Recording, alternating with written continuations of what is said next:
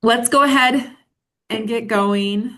So you are at the Grant Readiness Workshop number 2 for the Energy Transition Community Grant. We're going to be diving into grant planning, what to use the grant for, and some other grant opportunities that might be complementary to this grant. So a little bit about what we're going to cover. Well, so again, this is the second workshop. If you didn't attend workshop 1, the recording is available. I will include recording to workshop number 1 in the follow-up email for this workshop as well. And then we're going to have a workshop number 3 where we'll talk about phase 2 of the grant, but we'll hold that later after you all have submitted your phase 1 materials. We'll start to prepare for phase 2. So the date for that will be announced at a later time. So today you are here for workshop number 2. And I'm going to just get us started with a very brief, a few other introductory notes. And then we're going to hear from Kathy Brown with Greater Peoria Economic Development. Kathy has helped many communities with the Energy Transition Community Grant. She's been through multiple coal plant closures with different timelines. Some communities had 3 months notice, some have multi-year notice. So she's going to offer insights and questions that you can be asking in your community to help prepare for not just this grant, but for the closure of a coal mine or a coal plant, either before or after closure. Then Matt Swain with DCEO and I will talk about specific project examples that communities have done for this grant in the past. It's not going to be an all-inclusive list, but we tried to pick out ones that had some good success stories to tell. We'll also cover some additional energy funding opportunities that pair well with this grant. And then today we also have Belinda's joining us. Actually, it was supposed to be Faith, but it's going to be Belinda from the Department of Commerce and Economic Opportunity, their RED team, which is their Regional Economic Development team, to talk a bit more about how Department of Commerce and Economic Opportunity can help your community, businesses in your community, and some other funding opportunities. And then I'm going to end, if there's time, I want to highlight a few other opportunities that are specific to energy communities. And then we'll do question and answers. And again, I'm preparing a frequently asked questions document to help guide you through phase 1. So you saw this same slide if you attended workshop number 1. And the reason why we wanted to hold workshop number 2 on grant planning is because we really want to encourage communities to take a step back and think about how this grant can be used now in future years, how communities in your region can work together when you're faced with the closure or planned closure of a coal plant or coal mine. So this is a quote from Hillary Scott Ogurinde, who is the Deputy Director of Energy at DCEO. And she wants you to be thinking about how your community can leverage this and other state funding opportunities to establish a pipeline of projects, opportunities that generate sustainable revenue and help your community replace and potentially ultimately exceed the economic activity loss due to plant and mine closures. So I'm going to go ahead and hand it over to Kathy, who's going to talk to you about at this point, the notice of funding opportunity hasn't come out yet. What can you be doing now to get ready for this grant? To plan not just to apply for the grant, but to plan how the grant can tie into other local and regional community and economic development opportunities. So Kathy, I'm going to go ahead and hand it to you. Okay, thanks, Amanda. So I had just a short list of things that folks may want to think about as they begin to consider this grant opportunity. Some of you may be very experienced with grant writing in your communities, and so you've got that protocol down pat. But if you haven't been involved in grant writing before, or you're not a frequent organization that's frequently engaged in grant writing, here's some of the things that you may want to think about as you consider making application. First of all, let's really think about who are the best staff members in your organization to support the grant development. Everything that we do today is very computer based. So you're going to need somebody that has, kind of strong computer skills, that kind of technical skills. There's a significant element of data management that's going to happen. You're going to be asked to demonstrate the impact of revenue loss by the coal plant closures. And so you're going to need a member on your team that has that data management ability to build tables, work in Excel, and kind of present the story. And then someone who's really one of those strong linear thinkers, which we have a lot of those in local government, that you understand that everything has a rule and a process that you need to follow. And so that is going to be true, even though this grant was designed to be fairly straightforward, fairly easy to navigate. There's still rules that need to be followed from an accountability standpoint. And so you need to really think about that process, systematically, and how that it will impact your organization or unit of local government. So that's who you need to put on your team. The other thing that I think has been mentioned in earlier webinars is that, you have support in others in your community, that if you just want someone to share your process, your protocol, your work with, you've got Prairie Rivers Network. Amanda's done phenomenal work in supporting communities and pulling these applications together. You've got Team Red. If you don't know who your Team Red representative is, there are Illinois DCEO representatives in every region of the state. And so they're there to help answer questions. And in most cases, your local economic development folks would also team with you in helping to review documents. They're not going to write the proposal for you, but they can help answer questions about the application process if you have those as you're working through them. The next thing to think about once you know who your team's going to be is to make sure that your organization is pre-qualified through the State of Illinois Grant Accountability and Transparency Act. And many of our communities, local governments are certified because they're accustomed to receiving state funds for various projects. But you still want to check to make sure that you're current because of changes that happen in staffing. Sometimes those notices of validation that the state asks for from time to time get missed. And so you want to be checking to make sure that you're on the current qualified list. And now is a good time to do that checking because you've got time to go in and make some corrections and work on getting up to date with that pre-qualification. The third thing that I had listed there is to really think about, and this is going to take coordination with your assessor's office. You're probably not going to ask your assessor's office to do the grant writing, but your county assessor's office will help you to generate a report that tells you who are the taxing districts that were impacted by the power plant or the coal plant closure. And so you're going to want to build a table that quantifies the property tax losses that either have occurred or will occur in the future. And that's going to be an important data point for determining what your grant award is. So beginning to organize to collect that information would be very helpful. I haven't run into a county office yet that isn't very busy.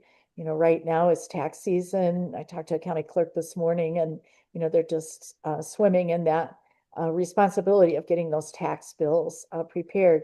So anything you can do to, put the team in place and do some of this preliminary investigation is going to help you when it comes time for submission. The other part of this that the CEJA legislation was very intentional about is looking for economic impact in your community is broad. It's very broad. And so beginning to identify who are those stakeholders in your community and how you're going to communicate with them about this funding opportunity and what they see as needs is really important to start thinking about the process.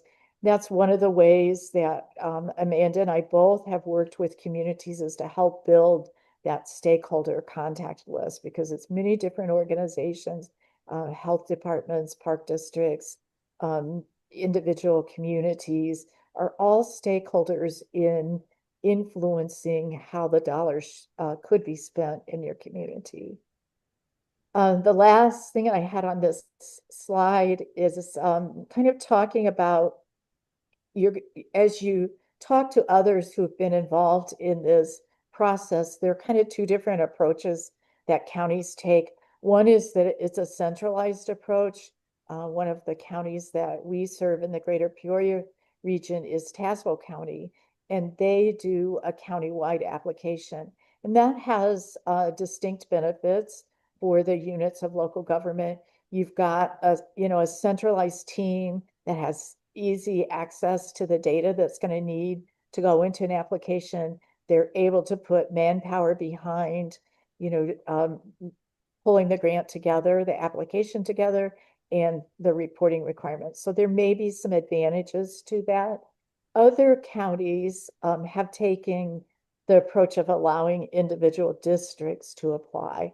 And that really puts the onus for writing and reporting on those individual small villages and towns or taxing districts, which sometimes is a heavy burden if they've not been involved in grant writing. So, no one's going to tell you you have to do one or the other. It's really a community decision, to think about what's the manpower, what's your capacity to do this work, and then make a decision of how you want to pursue this based on that.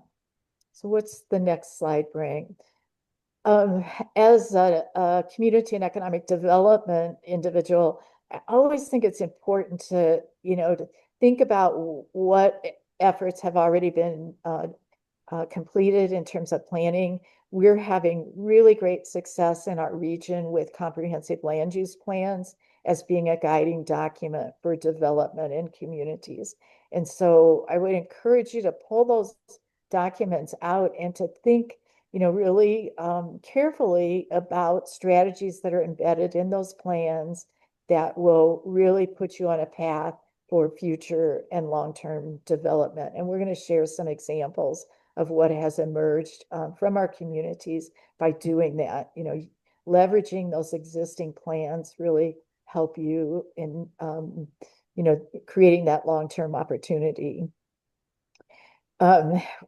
Amanda opened with that as your primary point of consideration is, in many cases, this funding is going to happen for several years. And so if you stage this, you're going to be able to do year one, year two, maybe year three and beyond levels of funding. And so, thinking sequentially about what can we invest in first that's going to build that future opportunity, and each year try to identify a project that will keep you on that development path, whether it be workforce, strategic infrastructure could be, but we're really trying to replace that economic impact that has been lost through the closure of the power plant or coal mining. So, really keep an eye on those economic indicators. I want to call out the investing in planning is a very appropriate use of these funds. And some of the ways that in the Greater Peoria region that we've utilized the Energy Transition Fund. This last year, we have developed an industrial park plan for Peoria County utilizing these funds. So, we now have a sketch. We've begun to look at policies for that industrial park, and we're grant ready for site development application that would happen with Illinois DCEO. Another one is comprehensive park plans. Parks and recreation are a really important contributor to health and well-being as well as economic development. And one of the requirements for state funding today Legislative. is to have a comprehensive park plan. So investing in that would be good use of these grant dollars as well. And I've already spoken to the value of a comprehensive land use plan. Another one of those activities that you need to check that box in order to be eligible for many state and federal grants. So you need to have a current comprehensive land use plan to really even get in the game for additional funding going forward. Plus, it helps to know what direction your community wants to go in. What's the next slide, Amanda? So I'm going to go through this really quickly. I know we're just short on time, but I've already talked about your team and kind of assigning roles of, who will manage the grant writing process, and including outside reviewers such as Amanda, Illinois DCO, and your economic development organization. Find a way, create a way to communicate with those stakeholders and other eligible applicants in the community, so you don't duplicate or ask for the same types of funding. And kind of a basic rule of any grant seeking is to make sure that you're reading that NOVA 2 or 3 times to make sure that you understand the grant process. So, participate in the webinars, make sure you read through and start from the very beginning. As soon as it's released, download all the required forms and put in a shared folder for your grant team to have access to and to be able to look at. I think it's really important to do that kind of reverse timeline. You know what your deadline is going to be once that NOVA gets announced. Put in that reverse timeline some deadlines for yourself of when each step of the process will be completed, so that you're moving towards that deadline really intentionally, and you have all the documents in place that you need. One of the things that we're always down to the wire on, and hard to kind of plan for that always, but letters of support from the overall host of the closed power plant or closed coal mine are required as part of the application. So knowing who to collect that letter from and collecting it as early as possible is important. And even if you're building a joint application, you're going to need letters of support from those sub-applicants. So identifying who's going to be the person and making that ask as early as possible. One of the ideas, like you're building shared folders where you're going to dump information in. If you're like me, I try to put, any related materials there, but do a subfolder that has your final documents in it so that it's going to be easy for you. This is an online submission. You're going to copy and paste or attach files to the application that have been scanned. Try to build just a separate folder that has all those final documents in it that'll make it easier for you to upload. And then one thing that I want to encourage you to do is to make sure that you take time and schedule in a review of that final application folder by someone else's eyes. I don't know if you're like me, but the more I look at a document, the less I see the problems, right? So it's really helpful to have someone with fresh eyes to take a look at that application packet to make sure it is complete. DCO has been very generous with this application, and last year, and I think the plan is that they will continue, that if you can submit this a couple of weeks before the deadline, DCEO is going to tell you if you have any deficits. So when you build that timeline for due dates, make sure you use that early application date as your target, because that's going to give you the official review. And they've been really good at helping communities or organizations get those missing documents in place. Final slide in terms of planning, grant ready, right? So after you've been awarded, it's once you win the award, you think it's easy peasy, right? Like everything's just going to fall in place. But you're going to have budget and reporting guidelines, and those are going to be really important to your organization to understand how you can utilize those funds and to expend them properly, and to submit your invoices in a timely manner so you can get reimbursed for the expenditures on your project. Um, Always when receiving a grant award, you want to create some kind of separate accounting or tracking of expenses. That's going to make that reporting piece a lot easier for you. And then if there were to be an audit of the account, you would have easy access to those invoices and expenses. If you're doing this in a manner that's collective in your county, make sure that you prepare your sub-awardees to support timely submissions of reports. Make sure they understand what's required and how those funds should be expended. And I think a really important one, because in our communities, we sometimes forget how things happen. And I think it's really important to talk about the CJIC grant awards and what a difference they're making in your community. So talk about it when it's received, and as the work begins on the project, be sure to tell that story as well, that this is the result of energy transition funding. I think that's it, Amanda, right? Yep. Thank you very much to Kathy for sharing her insights and helping you prepare for both before, during, and after the grant. And you may have noticed she mentioned in each of those time periods that engaging with stakeholders, local stakeholders, is important. And if you're new to this grant, I just wanted to flag that during phase two, there is a required stakeholder engagement process. So you're going to have to be talking to these folks anyway. And oh, sorry. Um, so I did want to just really quick throw up the list of required stakeholder engagement. As Kathy mentioned, she and I have helped communities develop these lists of who they could contact in each category.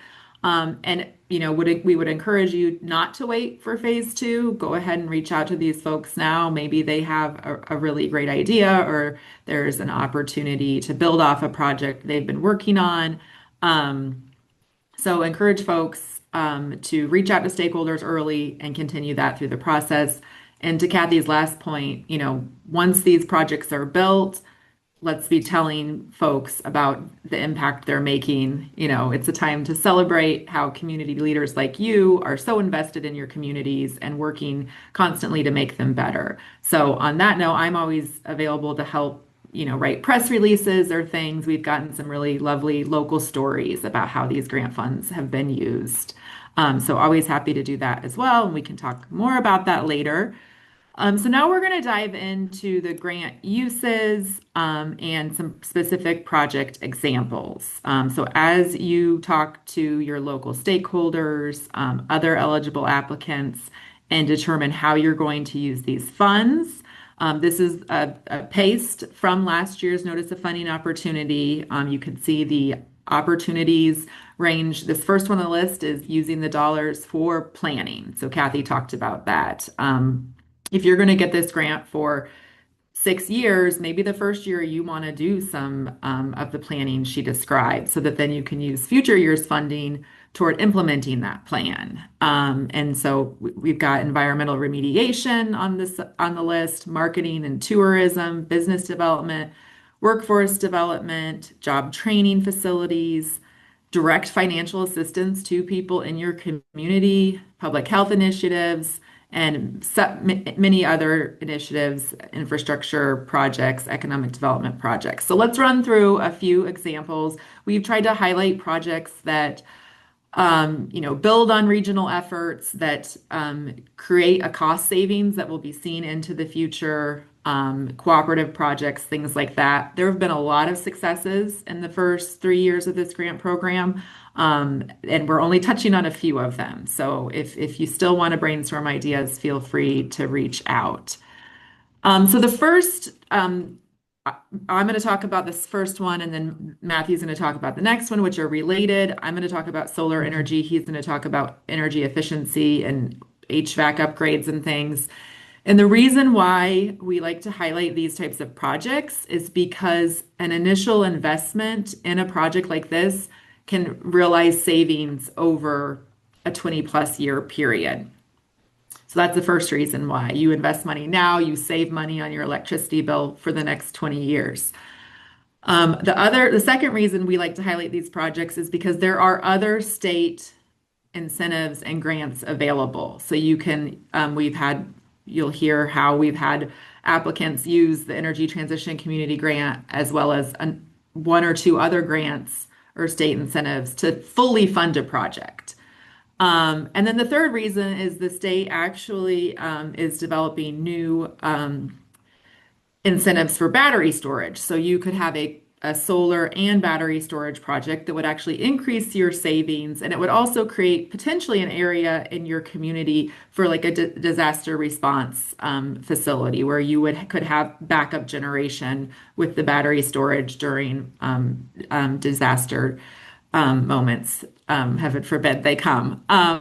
So a quick example, the Village of Steelville used their $60,000, they didn't have a very big grant, $60,000. They paired that with other state and federal incentives to pay for their solar project. They're actually going to save $60 a year in electricity. So they leveraged a $60,000 grant that over the period of the project is going to pay back $1.5 million. And again, they utilized other grants and savings along with that. They also used a local solar company to do the project. So it was another way that this project helped their local community. Last year, Mount Pulaski School District proposed to use their funding for solar as well, and we've had several other communities do the same over the years. So Matthew, I'll let you go ahead and talk about how energy efficiency and other energy upgrades can similarly realize savings over multiple years. Oh, next slide, please. Oh, thank you. All right, so some project examples that we have for energy efficiency and energy efficient HVAC systems. Again, these are continued savings over a 20 plus year period, and then other state incentives and grants are available. And so I'll touch on CEJA as a whole a little bit later in the upcoming slides, and then I'll touch on how you as a community can utilize certain funding sources to do, whether it's a solar project or whether it's an energy efficiency or a building retrofit. So these are actually some current examples of some projects that I just reviewed this past round. So Ball Chatham School District, just outside of Springfield, Illinois, they're doing a building retrofit. So all they're doing is they are replacing their lights within their school. So they're using about $60,000 towards purchasing equipment of lights and then installation as well. And just replacing the lights in their school, they're going to be saving $23,500 annually for the next 15 to 20 years. And then Macoupin County Veterans Assistance Commission, they actually have a really cool funding idea.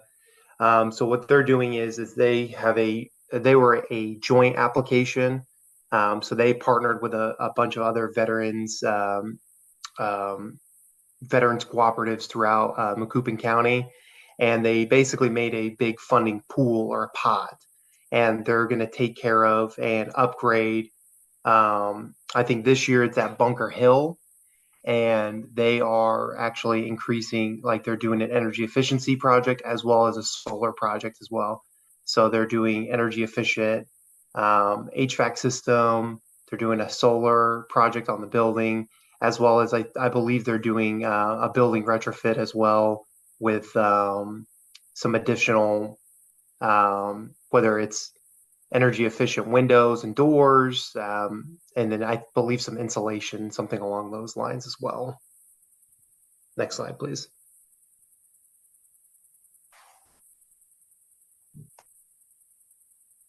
All Is you right, or me?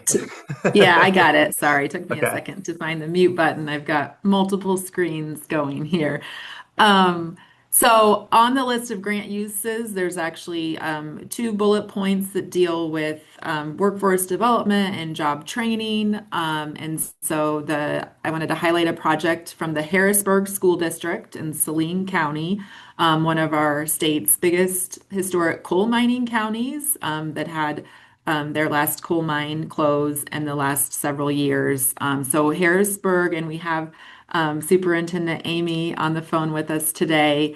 I wanted to highlight this project for a few different reasons. One, it's just been a huge impact. They use their funding to build and outfit a career technology education facility that is going to help train students for different careers. And a couple other things I love about this grant is that they were eligible in multiple years, and they again use that funding to build each year to make a bigger impact on with their project, from constructing the facility to even hiring some of the teachers to train the students in the facility. Another thing I love about this project, that you can see that top picture there, during their first year stakeholder engagement phase, so I mentioned in phase two, you have to do stakeholder engagement. They went above and beyond. They held multiple nights of meetings. They didn't just talk about the use of this specific grant. They opened it up to other ideas that they wanted to see their school do, both kind of in the school, but then it kind of filtered out to ideas in the community as well. And you can see it was very well attended, very well done. And conversations had in those planning meetings have led to the school district applying for other grants, both for their career technology education, but also for other things in the school district. So they're just doing a great job here. This grant is just a small piece of it, but has made a big impact in this way. So they will have another year of applying as well. And another school example that deals with a bit of job training workforce opportunity is the Canton School District, where the Duck Creek coal plant closed in 2019. They used their funding last year to pay for dual credit for students that would get credit, college credit, while still in high school. So just a couple different examples of how schools are using this funding to help promote new workforce and job opportunities for kids. And switching gears quite a bit here, we're going to talk a bit about tourism and recreation, which has been something that a few communities have worked on. So in 2019, the Havana coal plant closed with just 3 months' notice. And the Park District was hit pretty hard. They lost several employees, a big part of their budget, and they got the Energy Transition Community Grant for 3 years. Actually, Kathy, I was going to let you talk about this one, wasn't I? Because she's worked so closely with Havana. It's in her area. So, Kathy, if you want to chime in, sorry, I Yeah, got going without you. you were doing great. That's a perfect synopsis of the story, really. I mean, typically using these funds for salaries, you might think of as a short-term win for your community, but what it really did for the Havana Park District is it allowed them to keep going. And they were able to invest in some of those additional activities that had it not been for the energy transition funding, with staffing support, they would not have been able to do these additional activities. Key to what Gracie, the park director, was able to do in Havana was complete a comprehensive park plan. And that plan has enabled her to pursue multiple rounds of DNR funding that has created this beautiful amphitheater, which you see in the picture there. And they're showcasing that through a number of summer outdoor events. The Riverfront Concert Series has been going on for 3 years now, and they just have really good local and regional participation in that event. This fall, they will be hosting a circus on a barge. So on September 2nd, that Riverfront Park that Gracie has worked, the Havana Park District has worked so hard on, now is just a perfect venue or space to host those additional tourism activities. So it's growing. We're continuing to invest with them and find ways to continue to promote their region for their outdoor recreation opportunities. They've got a really nice downtown that has been created. So what they're doing with these special events is contributing to their economic development, the retail development in their communities as well. So it sounds, we want you to think about, I guess, all of those additions or, ripple effects from that investment, and to, really be strategic in thinking about how an investment here will lead to, greater impact on down the road in lots of different ways, right? So this is a great example of that.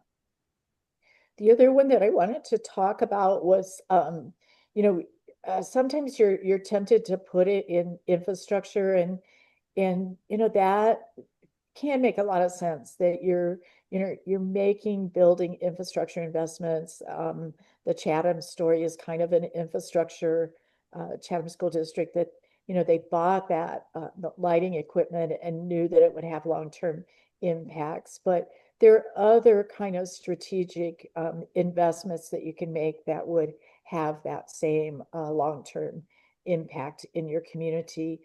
Creve Coeur is one of those small rural communities in our region, located in Tazewell County, and they participated in a comprehensive land use planning exercise with our regional planning commission, and just did a wonderful job of engaging the community and coming up with strategic goals that would contribute to both community and economic development for the region. And they use that document to determine, what would they ask for energy transition funding to support from that plan. And the very first thing that they went after was the creation of a business development district. And that was a great investment for them. The grant dollars paid for a consultant that helped them to develop a business development district, which is a defined geography that generates revenue from a sales tax in that targeted area. So now they have a long-term funding structure that will support future development in the community. So that small investment of, I think it was $35,000 over the course of its lifetime, is going to generate millions of dollars for this community, because it's a 23-year district where they'll be able to collect that sales tax and apply it to that targeted business development district. This year, the other piece that funding has gone to support, or I guess it was this last year, they identified areas of their community that would benefit from being a part of an enterprise zone.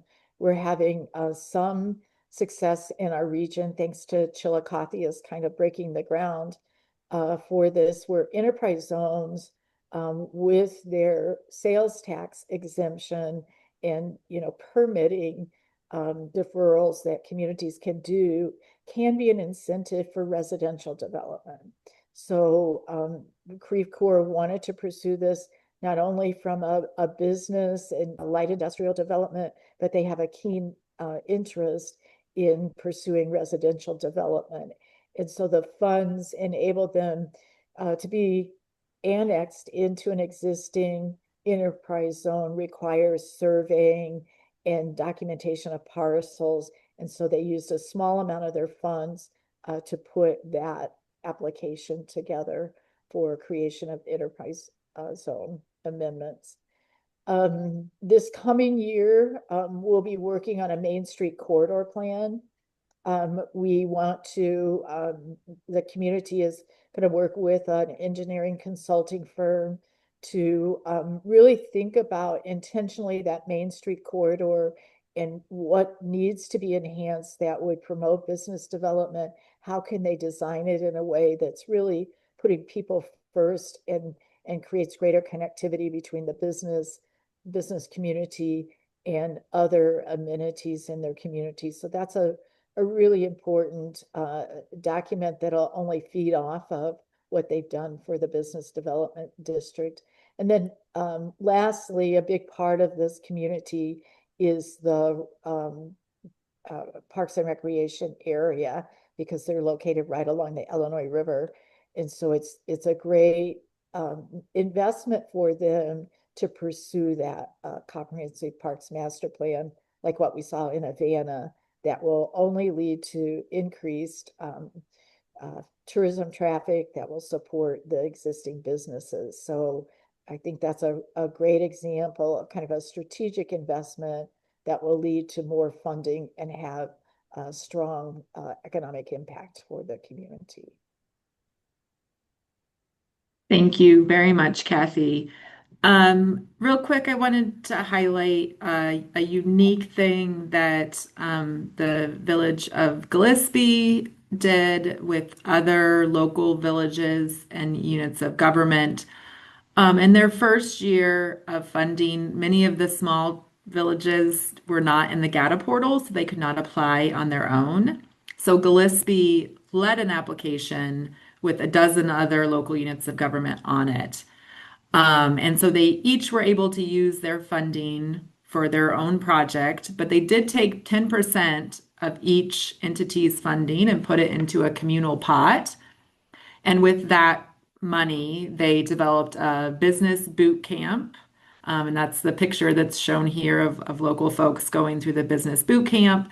And then they also used some of the money to develop a festival mini grant program. So different communities, entities could come to them and get a grant to put on a local fair or festival. So this idea of, having local units of government, taxing districts, each put all or a part of their money together for communal projects is, I think, a great idea. In this case, it was a good balance of letting each entity do their own thing, but also having a communal project. So for time's sake, I'm going to move on quickly. So Matt and I are going to kind of back up. The first two project examples you heard about were solar energy efficiency and energy upgrades. We want to talk a little bit about all of the other funding opportunities in that area right now. Matt's going to talk about this crazy slide. And after we talk about energy, we're going to hand it to Belinda with DCEO's red team to talk about more about DCEO, about planning and opportunities. So go ahead, Matt. Yeah, I apologize for the busyness of this slide. Basically, this just goes to show you that the siege legislation and the amount of money that's out there for whether it's energy efficiency projects or solar projects or EV projects. I mean, or planning, there's so much money out there. And this is just a snapshot of all the different grant programs and everything that are within the different state agencies. Um, but really, I'm going to focus in and narrow in on DCEO's Community Solar Energy Sovereignty, which I believe most communities would be eligible for. Next slide, please. Oh, so first, I actually have a project scenario. School district wants to place solar and energy efficiency HVAC within the high school. So this slide just kind of shows you a way to, if you go from the left, you can see on the side it says efficiency, solar, or business development, and you can see different grant programs within different state entities. So if I was going for an energy efficiency project, I would go to IFA. I would look up their CPACE program, and then from there I would also go to IPAs, Clean Building Gap Closing and Incentive Stacking Catalyst Fund, the CPRG, and then from there I would move on to the Equitable Energy Future Grant Program, which is a sister grant to the Community Solar Energy Sovereignty Grant, which I'm going to be talking about in a second. And then you just kind of go down the line. And then same example, if I wanted to go solar, I would go to the Illinois Finance Authority and do an energy sovereignty loan. And then from there, I would work with IPAs, Illinois Solar for All, or Illinois Shines adjustable block programs. And then finally move on to the Community Solar Energy Sovereignty Grant Program. Next slide, please. All right, so what is the Community Solar Energy Sovereignty Grant Program? It is $8.5 million awarded to DCO annually through state funding, and it's pre-development funding for community solar energy projects, excuse me. And the award ranges are anywhere from $50,000 to $1 million. And a lot of times I get, okay, how am I eligible? So you can be eligible if you're a community-based organization, but if you're a small town and you do not have a community-based organization, or you don't have a community-based organization that has the capacity or the ability to handle being the lead applicant, then public entities are allowed to then step up. So like your so any like taxing bodies. So for example, like your school districts, your municipalities, those are all can be public entities that can get pre-development funding for the Community Solar Energy Sovereignty Grant Program. And then finally, the last eligible applicant is technical service providers and partnerships with CBOs. So I didn't put a ton of information on here. So if you do have additional questions or anything, you can always email me. And I can put my email here in the chat in a minute, but we can go to the next slide and I'll pass it back to Amanda.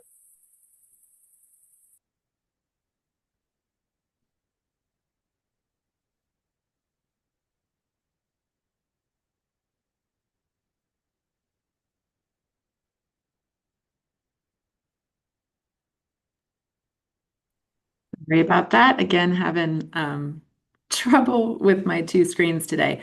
So this is just another similar slide that just kind of shows some of the, besides Department of Commerce and Economic Opportunities, some of the other state agencies that have these energy funding opportunities. So if the last three slides were a bit overwhelming, just the main takeaway for you today is there is a lot of energy funding available. There are staff at all of these agencies who, including Matt's agency, and Matt's team, who want to help you learn about these opportunities. So, if you're considering this, let us help you get connected, and I can be a starting point and then help you get connected to the right agencies. So now we're going to hear from Belinda about Department of Commerce and Economic Opportunity. Hey there, everybody. I hope everybody's doing well today. And I am going to real briefly go across these slides because I know we're getting tight for time. So kind of just want to introduce myself. My name is Belinda Allen, and I am the Senior Central Region Manager for a team at DCEO that we call Regional Economic Development, or Team Red. As Kathy was saying, there are Team Red members, Team Red managers across the state. in the communities. And our main focus is being the interface or the outreach between the public and DCEO. So basically, what we do is we get out there and talk and assist communities, organizations, individuals, businesses with the programming that DCEO is charged with. At Team Red, we don't have any of our own official programming that we're in charge of. We just kind of help to facilitate our other departments' programming and kind of get the word out and answer questions, clarify things, and just act as the interface between the communities, the public, and DCEO. So as we were talking about, just a very high level brief overview of DCEO. DCEO is the state's lead agency for economic development, business support, and community growth. And our mission is to drive Illinois' economic prosperity by fostering business expansion, workforce development, and community investment. Our key goal is to create jobs, strengthen communities, and position Illinois as a competitive, inclusive economy. So next slide, please.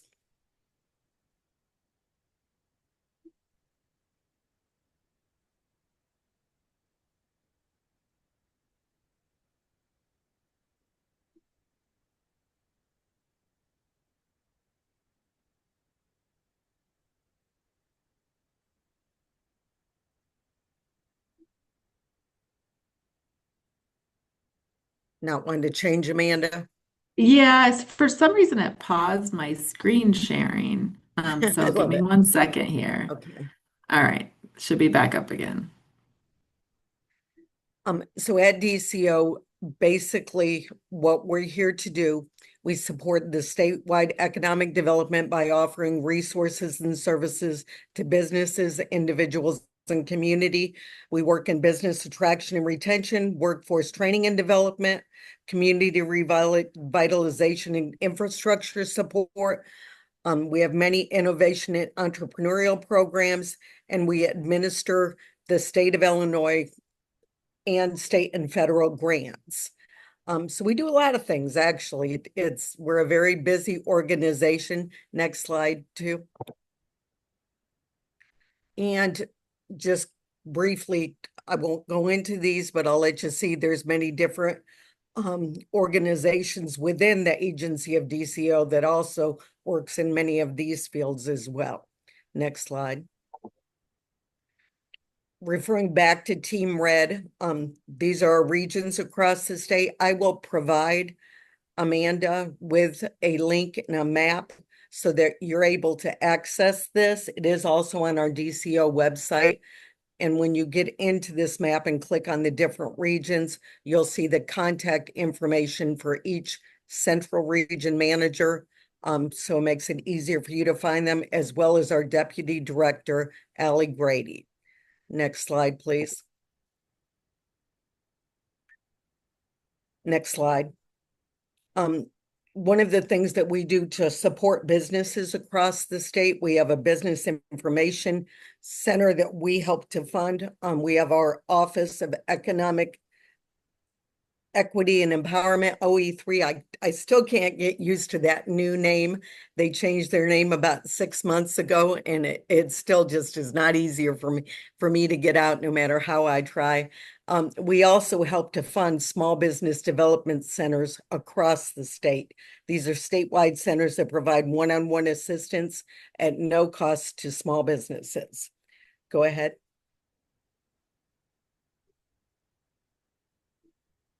Other areas that we help to fund are Apex accelerators, again, small business development, international trade centers, and then we also have our Office of Regional Economic Development, which provides one-on-one assistance to help your business start, operate, and grow in Illinois. Any of these resources can also be located on our DCO website. There's links for each one. Each one has its own separate page and landing, or if you need to have introductions or contacts, any information, just feel free to reach out to myself or any other Team Red person across the state. Go ahead and go. again, more information that we can, ways that we can help. I will share this presentation Amanda has. I think she's going to send it out. So you'll have this information as well. Go ahead. And then different funding availabilities that we might have at DCO. Again, there's going to be a list of these on our website. We also send out a newsletter weekly. It's called Team Red. Mine is the Central Region newsletter. In this newsletter weekly, we will list each of DCO's opportunities that may be open at any particular time for grants, tax incentives, loans. And we're also going to list our state partners and any federal partners, resources, opportunities that we may be aware of. We were talking a little bit earlier about opportunities to layer different types of funding with this program that we're speaking on today. And honestly, there is many opportunities that you can layer on, and different opportunities coming every day, either federal or state level, that you could use in conjunction with this funding. This just lists some of the incentives and tax credit funding opportunities that we have, we administer, or we work with at DCO. And there's, as I said, many more all the time that we'll list either on our website or will come out in our newsletter. Go ahead. The primary loan program that we have through DCO at the state of Illinois is called our Advantaged Illinois program.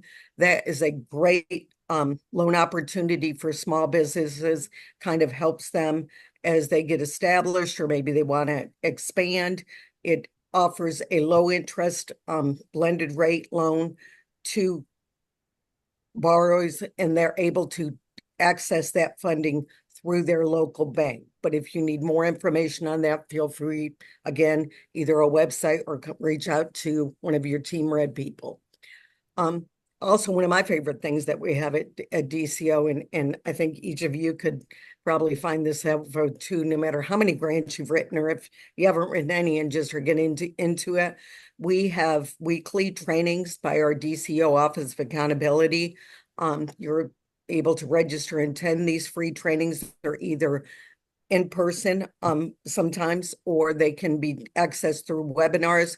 There's also recordings of the webinars on the Office of Accountability's website. That is just a great service that is offered by our DC Office of Accountability. One thing I want to throw out there too that many people don't understand, there is a email that is manned by our Office of Accountability. So if you have any type of questions about an ongoing grant, or you're trying to write a grant, or you just need more information on how to access or be eligible, then you're able to send off an email directly to the Office of Accountability, and they try to answer that, and they do answer that very promptly. They're very good about that. Video training and resources. So we do try to offer plenty of capacity building resources and tools at DCO to help you access current grant opportunities. And one of my pet passions, anytime I can help, either introduce you to somebody at the Office of Accountability, or I know that we are going to be offering several in-person trainings and workshops this year for DCO Team Red Central Region. I'm sure the other regions will be doing the same. Please feel free to reach out and take advantage of those opportunities. So go ahead. As I was saying earlier, if you want to access and identify grant funding opportunities, there's a current listing of DCO grant opportunities listed online at our DCO website. And then we do also list those out every week in our newsletter. Go ahead. If you'd like to sign up for the DCO Central Region newsletter, when you get this sent to you, you'll be able to access that through this QR code. And if you happen not to be in the Central Region and we do get your registration, we will pass your email off to the appropriate Central Region, or to the appropriate Team Red manager in your region. So you are connected to the newsletter you should be connected to. Another thing, just wanted to mention this as well. Very proud of this. We worked on a Team Red, and across DCO, we involved hundreds of stakeholders across the states and got their information and their input on it. And we came out with the 2024 through 2029 economic growth plan for the state of Illinois. You can again either access that complete plan as well as the executive summary by the governor's office on our website. I'd be happy to connect you with a link for that, Amanda, so that you can also share that with the stakeholders and those on this webinar. So again, thank you for listening to us. Thank you for taking part of this, considering this. This is absolutely one of my favorite resources and opportunities that we have for a grant. Love working with Matt every week, not every week, Matt, every year as he rolls this out. And I look forward to engaging with each of you as well. Thank you. Pass that back to you, Amanda. Yeah, thank you so much, Belinda. I have just a couple more slides that I will run through very, very quickly, and then we'll switch to question and answer. So there's like 3, 4 slides here on other opportunities for energy communities. So one resource is the Just Transition Fund. They are a funder, but they also provide technical assistance. They do planning and state and federal advocacy for coal communities. They also have a national coal community convening every year in October. So they have had funding opportunities in the past. Kathy, who you heard from today, helped bring in some Just Transition funding to the Peoria region for broadband. I put a few more links here. Would love to introduce folks to Just Transition Fund. They don't have any funding opportunities open right now, but I will share them as they come open. In Illinois, if you are the dependent, so the child or foster child of a laid off energy worker, you're eligible for a full scholarship to an Illinois community college trade school for your college. So if you are an individual who was laid off even back to like 2016, if you have a child, even if you found employment, if you were laid off at a coal mine or a coal plant, your child can get a scholarship to school. This has been very underutilized. I've worked with one family whose father was laid off at the Joppa coal plant unexpectedly. Their son got full year ride to SIU and is now graduated and working. So we've developed a toolkit to help you as community leaders get word out about this program. So I'll make sure this is linked in the follow-up email. We have this fact sheet, like an FAQ, an example email that you could send out to local leaders. But very underutilized program. Again, dates back to 2016, laid off energy workers, children, independents. Lastly, in a lot of our communities, we still have sites that have not been cleaned up yet. So there's unprecedented funding to clean up sites, coal mine sites that were mined before 1977. We call these abandoned mine lands. And there's a lot of funding available to clean these sites up. Similarly, if you live in a coal plant community, most of our coal plants have coal ash ponds that are still not yet cleaned up. There's a process through the Illinois Environmental Protection Agency to clean those up, and there's a public process. So if you live in one of those communities, you may have heard from me in the past or might hear from me in the future about that public process regarding coal ash cleanup. And then finally, there is a network of 14 clean energy training hub sites across the state. And many of them are like the one in Southern Illinois launched finally like 2 weeks ago. But displaced energy workers have preferred placement into these hubs. They can participate for free. They can get help with travel, childcare, stipends, things like that. So displaced energy workers have preferred placement in these hubs. That's it for the slides. We'll go ahead and transition to questions. And I see a few in the chat already. And And please keep putting them in the chat, and or we'll give you a chance to come off mute to share. So I know Kathy, you asked, do you need a letter of support from each host county that you qualify under? And the answer to that, I put it in the chat just so everybody knows the answer is yes. So if you are a county and two counties next to you have closed facilities, you need a letter from both of them. And your follow-up question, if you're unable to receive a letter from the host county, is there a way to proceed with the process? Matt, might let you answer that. Sorry, you cut out for me. Can you repeat the question? Yeah, sorry. If they're unable to receive a letter from the host county, is there a way to proceed with the process? If you're unable to receive a letter from the host county, so what I recommend is for phase one, especially, if you can't get the letter of support, send in your application materials and everything completed before that 16-day window closes. So what we talked about in the first workshop was the early application period where I can go through and check and make sure the I's are dotted, the T's are crossed, and all your stuff looks good to move you on. So if you don't have your letter of support at the time, I would still turn all your stuff in. I will flag it and say, hey, you're missing a letter of support. That will at least buy you some time or I can at least check the rest of your stuff to make sure it's good. And then that'll give you time until the closing of the application to try to receive that letter of support.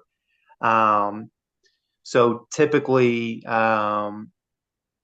if you're unable to get a letter of support from the counties, unfortunately, there's not much that I can do. It's just going to the local legislators or going to county clerk, county board member, anybody that can try to get you a letter. Those would typically be the best avenues to go down. And then Amy, I see your question in the chat as well. So the ones in red have dropped off. So those are outside the 6-year window. So what Amanda is showing is basically the list for 2026. So yeah, I'm giving you guys a peek behind the curtain a little bit and showing you and allowing Amanda to kind of show you guys this or whatever. So if somebody says, hey, the list is finalized and it's out there, I will deny it if my boss comes knocking. But this is the final list as of right now. Yeah, thanks, Matt. And yeah, I took last year's list, updated it again. Matt gave us a little bit of a sneak peek to confirm that this is accurate as of now. So yeah, Amy, Saline County is still on the list with the Eagle River mine, but you did have a couple of facilities fall off the eligibility list. I've also taken the liberty here, these last two columns, column D and E. I added those to help give you a look ahead of when is our last year to apply. So back to kind of one of the very first slides that Kathy shared, how you plan for this grant is going to be different if you're Macoupin County and you only have 1 year left of funding versus if you are Jasper County and you have 7 years left of funding. So how you plan and what you use the funding for will likely look different. So again, this spreadsheet, I'll continue to update this every year, but this is what it looks like for the 2026 year. And I put that in the chat for folks. Any other questions?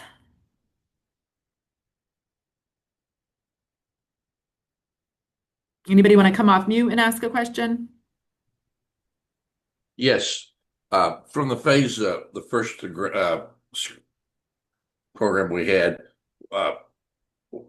do we have a document right now that is to be filed, or are we still just on the preliminary planning stage? That's a very good question. And I even had a few people follow up after the last webinar to be sure. The notice of funding opportunity for 2026 has not opened yet. Matt shared with us last time that they do expect it within the next few weeks. So sometime in late April, early May, the phase one notice of funding opportunity will open up. You're all on, if you're here and you got my emails, you're on my email list. As soon as I see it drop, I will blast it out via email in bold, yellow highlight that the grant is open. But in the meantime, Matt did indicate you can go ahead and start trying to get your letter of support as long as it's dated in spring 2026. They will allow that. You could go ahead and talk to your assessor's office to try to get those tables with the tax data. Matt shared examples of what those tables look like. Matt just indicated the process will be the same in 2026. So if you're someone who applied last year, the notice of funding opportunity is largely going to look the same. There's going to be two phases. In the last webinar, or last workshop, I highlighted my one-page grant fact sheet. A great thing to do right now is to share that fact sheet with your county board or your city council, or if you're a township, your trustees. Get folks in your community aware that this is coming. It can create confusion that people think it's open right now, but always good to plan ahead. So great question. Now, the number of people that apply, if you does that determine the actual funding? Yeah, so the So it funding does. for, Oh, go So ahead. you got 100 people Oh. apply, 100 applications in, or you had 50. If you had 50, if you had 100, and then would that be and you only also, or you have 50, would the 50 get the same amount of money that the 100 would have? You split the pot 100 ways or 50 ways? yeah. So Matt, I'll let you chime in. I do just want to say one thing about this. There is a limited amount of money, so the more applicants, the less money to each applicant. But I do want to point out that it's not like Franklin County only gets this much of money and the pie is split between Franklin County. It's the entire pot of money is split. So your region isn't allotted a certain amount that you're dividing amongst your local entities. It's the larger pot that gets divided up. So Matt, I'll let you chime in as well. Yeah, I mean, that's basically what I was going to say. It's a $40 million pot of money that gets split up. Some of that money does go towards city of Zion, just because of their nuclear power plant closure. But the rest of the pot of money goes to energy transition community grants, like municipalities, school districts, taxing bodies, you name it. So last year, we had 109 applicants move on from phase one to phase two, and that was up from 58 the previous year. So it does change the funding amounts based on the total applicants. However, if you're receiving taxing money from the plant or mine that is closed or reduced operation, that's going to affect the total amount of money that you receive more so than, you know, more so than the total amount of applicants, if that makes sense. Now, has there any been the funding been released from last year yet? As in a press release? Or just the fact that we're allowed us to expend. Let's say we have 53,000 we were awarded. At what point are we be able to apply that toward our project that we submitted? Yeah, so you can. So I always say best way is to wait for the grant agreement. However, you can receive. You can start spending money towards your project you can backdate it all the way to May. I don't want to tell you the wrong date because they are sticklers with it within the Office of Grants Management. So give me 1 second. So May 27th of 2025, you can start incurring costs towards your project. So this means that so I've already handed over every grantee to the Office of Grants Management. So they're going to start executing grant agreements and everything here in the next couple of weeks. So you can start incurring costs. So if you've got, if you've started, I can't quite remember what your guys' projects were. There's just Ours so is a many. public building renovation. I've already got the architectural costs. That's where the first part of it. The overall bid made between anywhere between 1.2 billion or $2 million. Well, this is a small part of it, but it would help out. Every little bit helps. Every little bit helps. Exactly. USDA as well. Yep. So you can start incurring costs anywhere from that May 27th, 2025 date on to now, to present day. So if you guys want to start on your project, just make sure to keep all of your invoices and all the information and stuff just for the reporting purposes. So whenever you do submit to get that reimbursement, you submit all that information that the Office of Grants Management needs. Thank you. Yep, of course. Any other questions?